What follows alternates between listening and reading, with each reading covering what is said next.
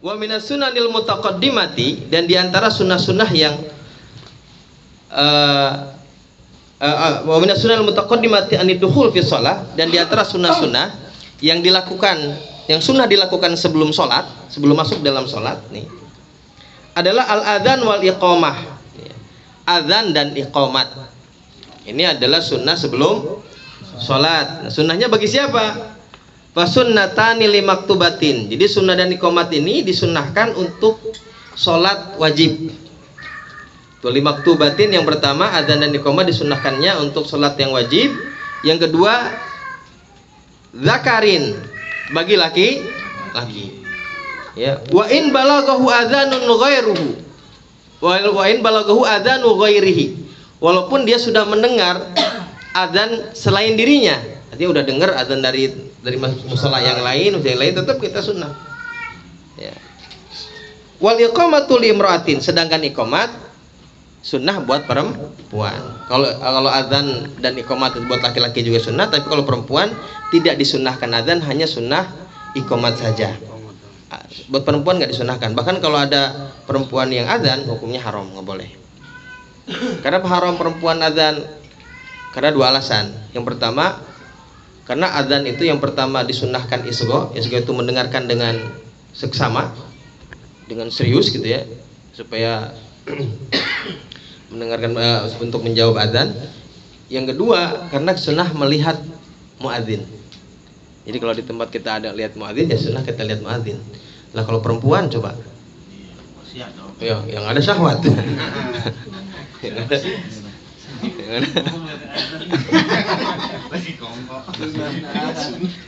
Ya gitu. Makanya untuk perempuan tidak disunahkan adzan. Jadi adzan itu kan secara bahasa namanya al-i'lam.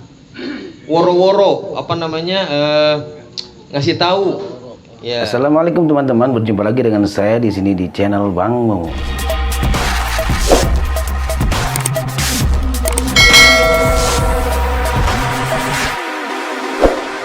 Tahu secara bahasa, secara istilahnya adzan itu adalah zikrun maksus, zikran yang khusus ya, matlubun yang dituntut, limaktubatin as-sholatan katanya, untuk sholat wajib yang asli, untuk sholat wajib yang asal, wajibnya asal, bukan arid ya.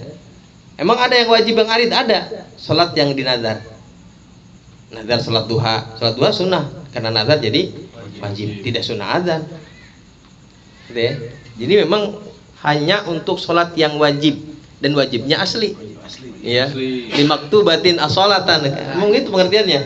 Jadi kita zikrun makhsusun matlubun limaktubatin as-sholatan.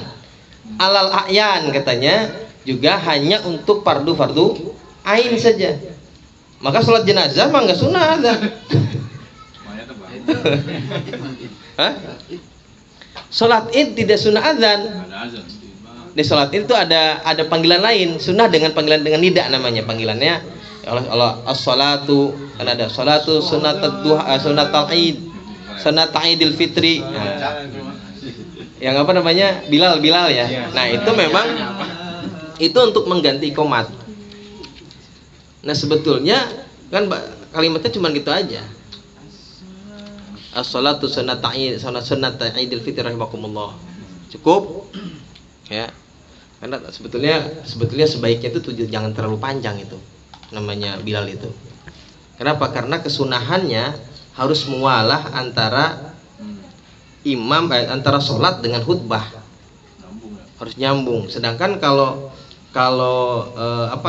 panggilan iqomah dalam sholat sunnah yang disunahkan berjamaah ya, itu kan iqomah sendiri aja, iqomahnya sendiri itu sunnahnya sardun itu cepat bacanya. Jadi kalau iqamah tuh jangan yang kayak adzan gitu. Kalau iqamatnya Allahu Akbar, jangan yang Allahu Akbar yang enggak sunnah, makruh itu. Ya, kecuali kalau adzan beda dengan iqamah. Nah, dalam panggilan dalam itu pun juga sunnahnya itu sebetulnya jangan lama-lama, karena nanti akan memisahkan antara sholat dengan khutbah. Sedangkan sunnahnya mutawaliyah. Kalau dalam Jumat wajib bersambung antara khutbah dengan sholat, itu nggak boleh dipisah. Syarat itu, syarat sahnya Jumat itu adalah mutawaliyah antara khutbah dengan sholat. Karena saking aja nih sunnah sebetulnya kalau ngomongin sah dan tidak sah itu satu rangkaian, sholat dan khutbah itu. Makanya kalau terlalu banyak itu makruh. Itu gimana tuh kalau buat 1 2 kan lama tuh, pesawat lama kan. Iya, karena makanya kemarin tuh ada yang nanya katanya ada DKM yang nyuruh habis sholat id doa dulu. Sudahlah doa. Ya, walaupun itu masalah masalah sholat, walaupun itu masalah sholat, karena sunnahnya adalah mutawaliyah antara sholat dan khutbah. Nanti kalau di khutbah ada doa juga. Khutbah pertama kedua biasanya. Kalau khutbah pertama kedua nggak boleh lama juga, karena duduknya di antara khutbah itu hanya untuk fasil aja, nggak boleh lama-lama. Makruh juga. Ya kalau dianggap mi'rad terlalu lama, dianggap berpaling dari khutbah yang kedua, maka dia nggak sah. Gitu. Jadi ada jeda, tapi jedanya sebentar. Ukuran lamanya ukuran lama pabrik apa? Enggak, ada khutbah pertama turun tuh kan. Ya, khutbah gini, sebetulnya kan duduk di antara dua sujud itu duduk di antara dua khutbah itu sama seperti duduk di antara dua sujud. Biqadri tumakninah wajibnya, ya, atau sah dan tidak sahnya itu di antara tumakninah, biqadri tumakninah. Tapi sunnahnya itu jangan terlalu cepat, jangan terlalu lama. Makanya kalau khutbah itu katanya biqadri seukuran kalau kita membaca suratul Ikhlas. Lu nggak keburu Ahmad Rasulullah Muhammad Rasulullah. Ya, kalau kita itu sebetulnya siapa lagi gitu ya. Karena gini sebetulnya sunnahnya di antara dua khutbah ini adalah mahlul mustajabah ya. Antara tempat yang mustajabatul doa, kita di situ banyakin doa di situ. Wah, kalau pengen jodoh buru-buru Bang Rahmat di situ tuh nangis dah di situ dah. Oh, jangan ngantuk lagi Jumatan ngantuk. Ini lagi khutbah, itu tungguin dah lagi khutbah nih. Lagi imam mau naik ke mimbar sama itu. Itu di antara tempat-tempat mustajab doa itu. Ya, jadi ketika imam lagi mau naik ke mimbar sama. Cuma kalau di kita karena mimbarnya dua pencelokan doang, dua tangga doang, jadi kecepetan gitu ya. Kalau makanya sebenarnya kan ada 7 tangga tuh gitu, ke atas ya. Ini sunnah di antara dua khutbah itu gak terlalu lama juga. Sekiranya kita membaca suratul Ikhlas aja ya, jangan kelamaan. Jadi kalau lama-lama harusnya itu dipercepat gitu ya. Ini mau udah berapa kali tuh bacanya? As-sholah Al-Khatib. Kita mau Allah buat as-sholah apa dah? Al-Khatibu ya? Iya. Al-Khatib. Oh, angsitu wasmawat itu ya. Bilal. Oh iya qaimah ya. Aduh, terlalu panjang itu. Makanya kita ngomong jadi Bilal. Tahuin amplopnya. Apa buat? Ya, itu adalah azan dan iqamah. Jadi azan dan iqamah itu azan dan iqamah sunnah buat laki-laki dan laki-laki, sedangkan perempuan hanya iqamah saja yang disunnahkan. Ya. Dan itu hanya untuk sholat maktubah, sholat wajib yang asal, wajibnya asal nih. Kalau sholat wajibnya karena nazar itu maka tidak disunnahkan azan. Walau faitah katanya, walaupun sholat wajibnya itu sholat qodho. Ya kalau sholatnya, tapi tentu saja disesuaikan ya. Kalau kita mau sholat sendiri mah kan kudu gegawakan azannya. Ya cukup kedengaran kita aja. Iya sunnah azan. Walau faitatan, walaupun sholatnya sholat faitah. Sholat qodho, sholat faitah itu. Yang penting itu adalah sholat wajib. Gitu ya. Makanya ada beberapa pendapat ulama hukumnya sholat sunnah itu azan dan iqamat itu menurut pendapat mazhab kita yang mu'tamad adalah sunnah muakkad. Azan dan iqamah sunnah muakkad. Wakila menurut pendapat yang lain yang mengatakan itu fardu kifayah. Pendapat yang ketiga katanya sunnah azan dan iqamah itu sunnah muakkad dan fardu kifayah dalam sholat Jumat. Nah, ada 3 pendapat tuh. Kalau dalam pendapat yang utama dalam pendapat kita, dalam mazhab kita, keduanya sunnah muakkad, mau sholat Jumat ataupun sholat fardu yang lain sunnah muakkad. Pendapat yang kedua yang mengatakan bahwa azan itu hukumnya fardu kifayah. Yang ketiga, maka fardu kifayah dalam sholat Jumat, kayak gitu ya. Apa yang terakibatkan oleh pendapat ulama tersebut? Ya tentu saja kalau yang mengatakan fardu kifayah, ya berarti kalau nggak ada yang azan nih di lingkungan kita dosa semua. Zuhur, masar nggak kedengeran azan, dosa semua kita. Kalau fardu kifayah.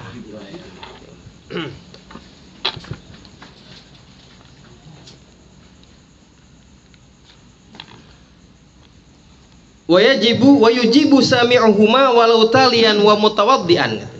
Dan sunnah menjawab azan dan iqamah bagi yang mendengarnya. Walau talian, walaupun dia sedang membaca Al-Qur'an. Harus berhenti itu. Ya, walaupun lagi sedang membaca Quran nih, azan berhenti. Ya, makanya kan kenapa disunahkan kalau lagi azan suruh pada berhenti, sunnahnya menjawab azan katanya. Ya, wa mutawaddian, lagi wudu sekalipun berhenti dulu. Ya. Tapi lihat kalau wudunya di dalam kamar mandi mah ya jangan jawab.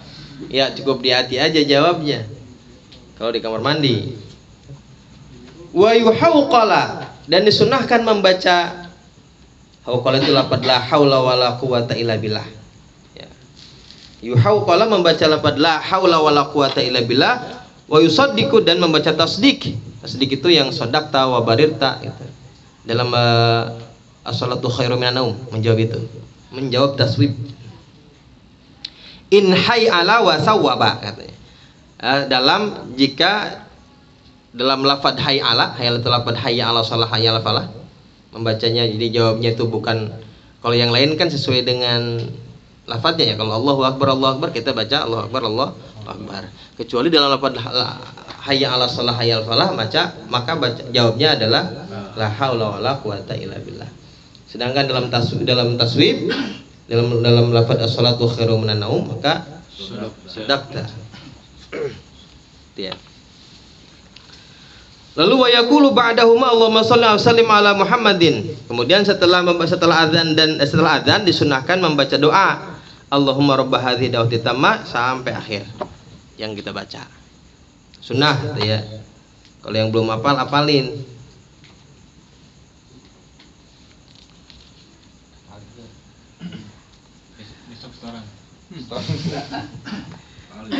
Ya.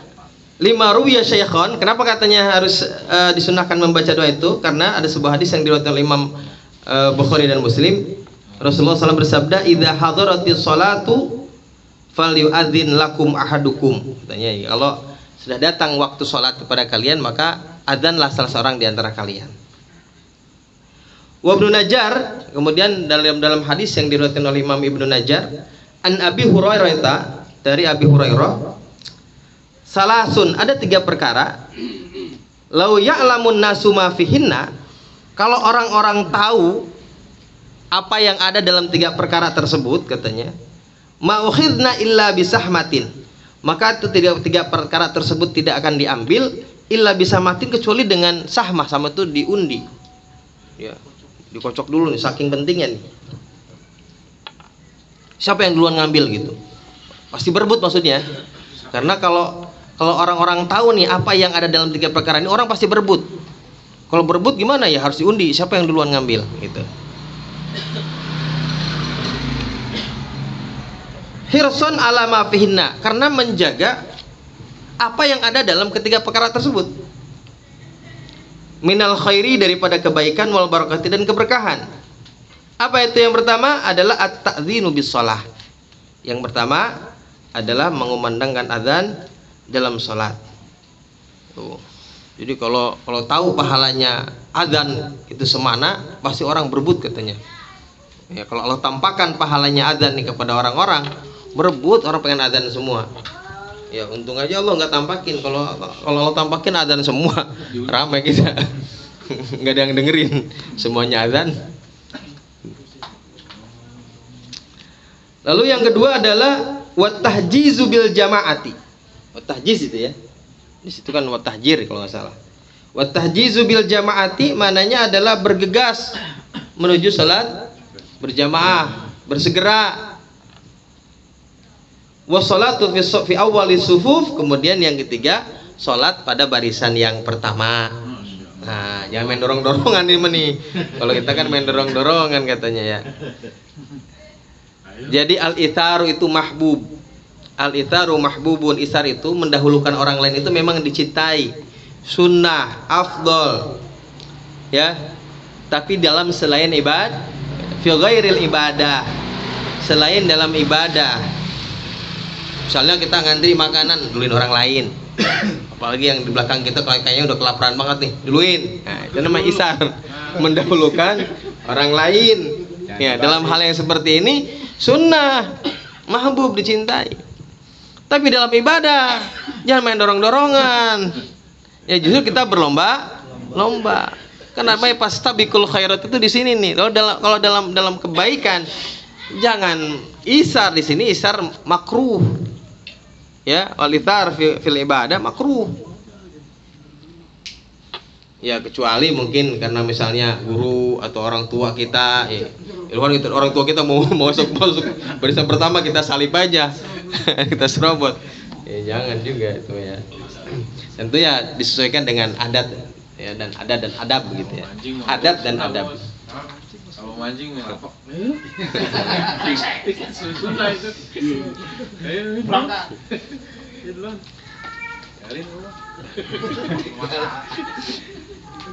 Ya, jadi ini kalau dalam ibadah hukumnya nggak boleh isar.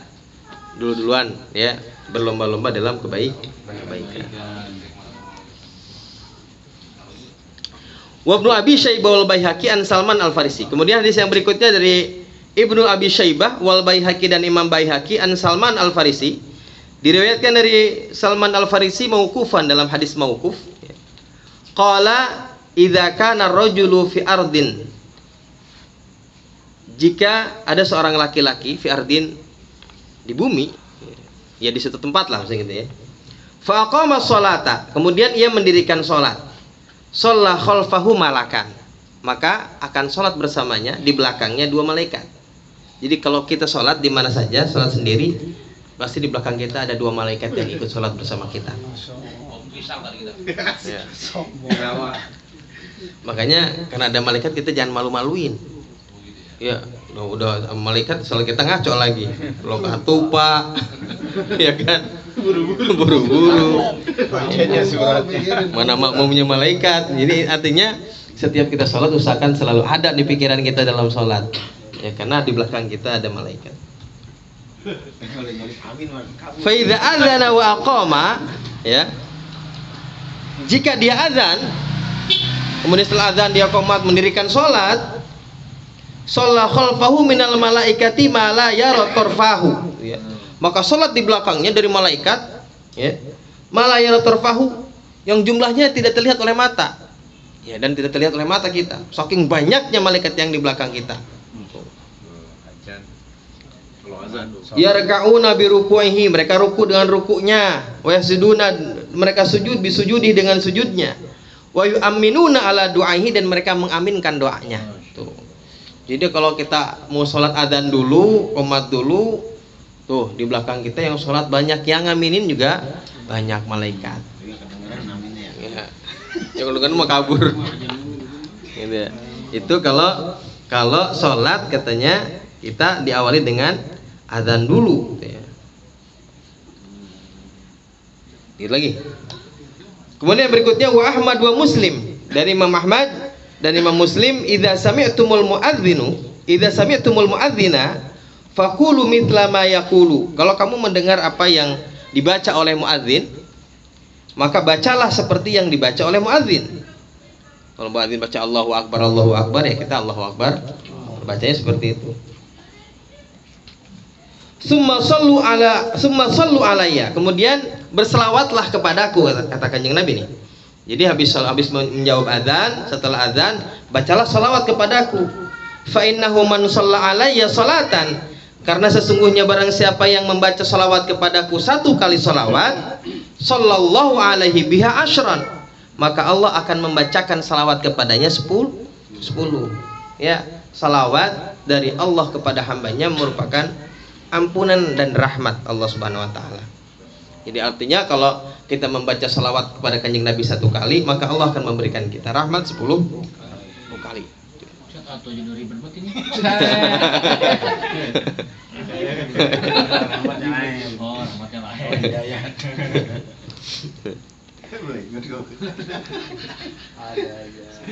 Summa sallallahu li alwasilata. Kemudian mintalah kamu kepada Allah Subhanahu wa taala li kepadaku alwasilata wasilah. Ya, jadi mintakanlah kepada Allah wasilah untukku, kata Kanjeng Nabi. Fa innaha manzilatun fil jannah. Karena sesungguhnya wasilah itu adalah satu kedudukan di dalam surga. La tambagi ila li abdin min ibadillahi taala, ya. Yang tidak diperuntukkan kecuali untuk hamba, seorang hamba dari hamba-hambanya Allah Subhanahu wa taala. Jadi wasilah ini bukan untuk hamba sembarangan gitu ya. Jadi hamba-hamba yang Allah pilih.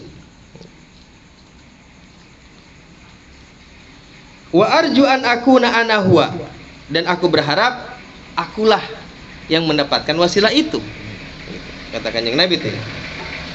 Faman sa'alali alwasilata, maka barang siapa yang memintakan untuk wasilah, halat alaihi syafa'atu, maka wajiblah kepadanya mendapatkan syafaat. Ya kalau sudah pasti nih ya, yang namanya wasilah sudah pasti yang dapat adalah Rasulullah Sallallahu Alaihi Wasallam. Jadi artinya mintalah wasilah itu kepada Allah Subhanahu Wa Taala untuk Rasulullah SAW. Ya karena dalam doa itu kan ada wasilah tuh ya, ada kalimat wasilah itu. Gimana sih? Wazir jatal apa? Wasilatul fadilah tuh, ya, itu wasilah, memintakan wasilah kepada Allah untuk Rasulullah Sallallahu Alaihi Wasallam. Dan barang siapa yang memintakan itu kepada Allah, kata Kanjeng Nabi, dia wajib mendapatkan syafaat. Artinya kalau kita membaca doa setelah azan, maka kata Kanjeng Nabi dia berhak mendapatkan syafaatnya Rasulullah Sallallahu Alaihi Wasallam. Untuk mendapatkan syafaat itu semudah itu, ya.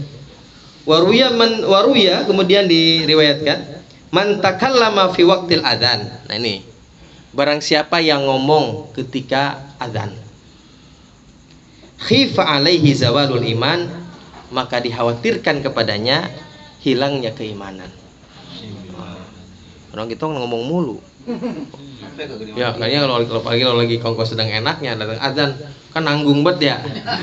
Nanggung banget.